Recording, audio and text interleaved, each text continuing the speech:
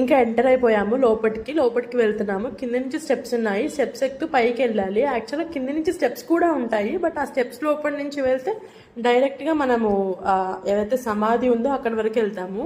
కానీ ఇదేంటంటే సమాధి దగ్గరగా వెళ్ళి చూడడానికి వాళ్ళు ఎటువంటి పర్మిషన్స్ ఇవ్వలేదు.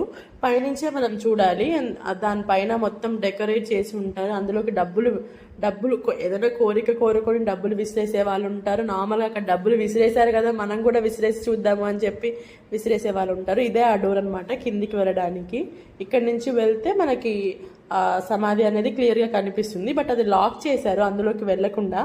మేము ఇలా లోపటి నుంచి ఎంటర్ అవుతున్నాం అనమాట. చాలా బాగా డిజైన్ చేశారు లోపల. అప్పట్లోనే అంత మంచి మంచి డిజైన్స్, ఫ్లవర్స్ అలా చెక్కడం అనమాట. అది చాలా బాగా చెక్కారు. సో ఇలా మొత్తం బార్డర్స్ ఇచ్చేసి అక్కడ ఉంది కదా, ఇది సమాధి అనమాట. నేను నెక్స్ట్ వీడియోలో ఇంకా క్లియర్గా చూపిస్తాను. డబ్బులు